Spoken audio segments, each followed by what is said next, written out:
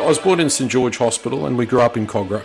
Certainly the first probably 10 years of my life were in Kogarah. So I was aware of, I'm going to the ages like 4 and 5 and 6. I was aware that there was this game called rugby league. But I don't think I could really delineate and tell one team from the other. I knew St George was down the street, but I wasn't necessarily rusted onto any one particular team. I know we had a team ball which may have been a Bulldogs ball, but I don't think I ever identified as a Bulldogs fan. But you've got to remember in those days too, the Bulldogs were a pretty good team, so maybe there was some aspect of that. But officially started for me because where I was born, where I lived when we were very young, was actually English Street, which is the street at the northern end of Kogarah Oval. So there's not much more St George than English Street in Kogarah / Carlton. And we were living there, and one Sunday, I actually know the date because I've looked it up, the 4th of May 1985, I would have been 7, my father and I walked down and we sat at the northern end of Kogarah Oval. He had a soft spot for the Tigers because he was from Queensland, and he used to follow the East Tigers a little bit up in the Brisbane competition. So that's why he probably wandered down with me to watch the Tigers play the Dragons. And I've looked it up, and I have some vague memories of the game, but I know the Tigers came back and won the match. And ever since that day, I've been rusted on, for better or for worse. So there you go. And in terms of playing, a couple of years later I started playing. I played initially for the Allawah Magpies, so a bit of a Magpies connection there for me. But then I think the Allawah Magpies went bust or went broke, and we were sort of all dragged into playing for Penshurst RSL, and I played there for a couple of years. But then I think other things sort of took my interest, like dirt bikes and things like that, and playing football sort of went by the wayside. What was it like being a Balmain supporter, as it was at that time, being a Balmain supporter growing up in St George? But I think the thing is, though, but once I sort of jumped onto the Tigers, then my recollection of going to public school, year 5 and year 6 and that, where we all bought the football cards, was that I don't really remember a really strong contingent necessarily of Dragons fans, maybe 50%, but I know the other 50%, there were Bulldogs fans and Parramatta fans and the odd sprinkling of Tigers fans there. So it's a bit odd, isn't it, when you think about that, you grow up in an area, and I am so strongly linked with this area. I mean, aside from a couple of forays living in other places, mainly for career, this has been my home territory. I should be a Dragons fan, realistically, but no, I would not even entertain that concept. It's been the Tigers ever since that day. You said you should be a Dragons fan. What does it mean to you to be a West Tigers fan, and what does this club mean to you? Well, I guess it's a little bit different when you were there from the start. It's a different experience to maybe being born into a family of a particular club, which I know a lot of Tigers and Magpies over the years have been, traditional Balmain and Western Suburbs. But to have adopted the Tigers and then to be there and see, I joined up to be a football club member and a leagues club member actually on my 18th birthday. So I really, jumped in as quickly as I could to sort of be part of the club and do what I could. And to vote for the West Tigers, to go along to that meeting at Balmain Leagues Club and vote for it and be there for the first trial and be there for the first premiership game.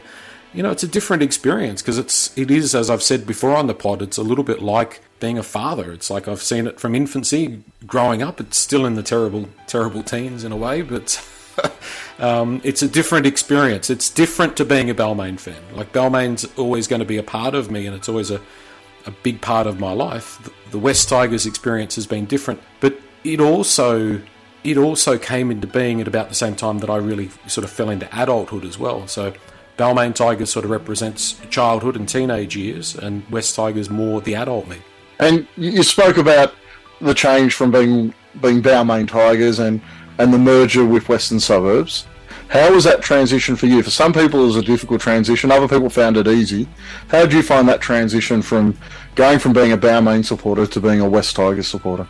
I think because the 90s were so difficult, and because the game had changed, and because of the Super League war, and realistically you kind of, really right through the 90s, there was talk that Balmain was going to have to move, or something was going to happen. We weren't going to be able to continue on as we were. So it was always there. It wasn't like a shock Central Coast was something that was talked about even from the even from the late 80s, really. Central Coast, a potential move to the Central Coast. So, there were always those things that you were weighing up. So when Western Suburbs came along and the idea of being together, it was sort of not as heart-wrenching as moving away, if that makes sense.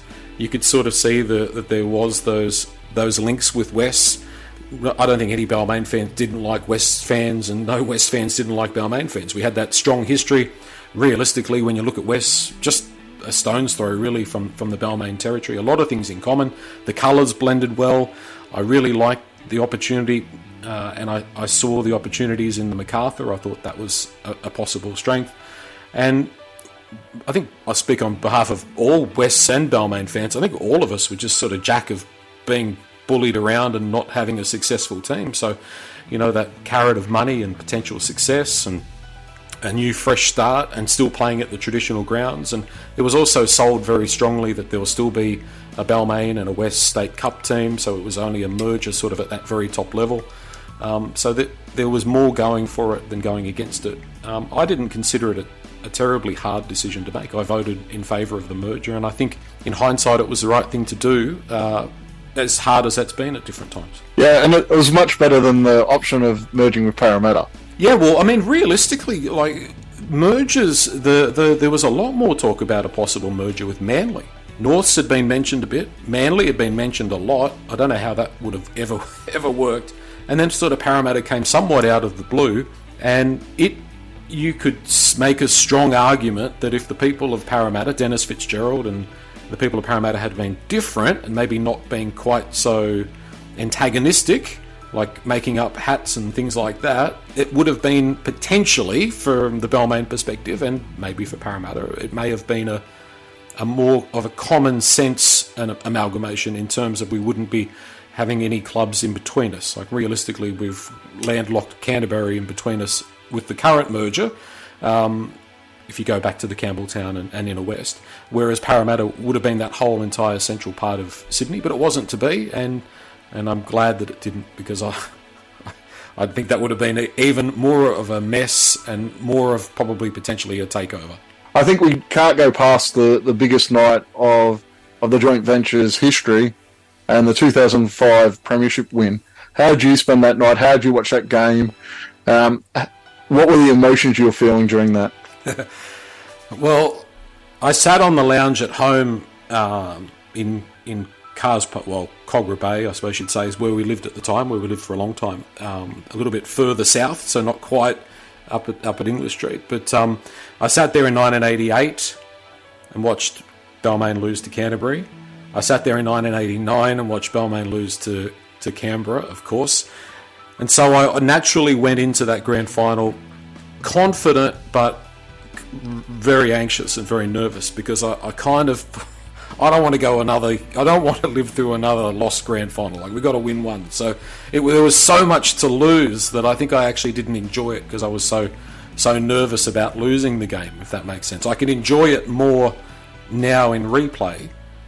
And I think because, when you go back, I thought there was a real possibility and a real chance that I would never see a Tigers premiership in my lifetime. There was that real chance. So there was a lot riding on that game, and it's a relief. The interesting thing about it, just getting off topic, is I always remember thinking before that game, I wonder if it would change for me if we just won one grand final. Like, I'd always be able to go back and say that we won one grand final, but it hasn't changed at all. I want to win every game just as much, even though we won the one. But what was it like? Well, a lot of Tigers fans would have had the experience of watching that game with, 85,000 people at the game, or at one of the clubs with thousands of people, but I watched it completely and entirely alone. I was living alone at the time, and I was living in Queensland, and there was nobody else around. There was nobody. That's just the way it was, and I didn't want to go and watch it at a venue or anything like that, because I wanted to be able to concentrate on it. And I watched it on this little TV in a house in Ipswich, which was where I was living at the time. And it was a roller coaster ride, because also it was an expansion team which had that Canberra sort of echoes.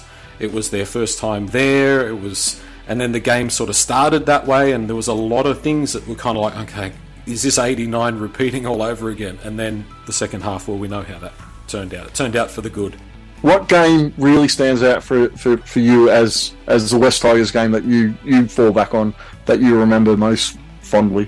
If I was going to watch a game, and it was my last chance to watch a game on replay, it would be the game against Brisbane in the finals in 2005. The Broncos had the wood on us for forever. Since the late 80s, they were another class to us. They were a bigger club, a better team.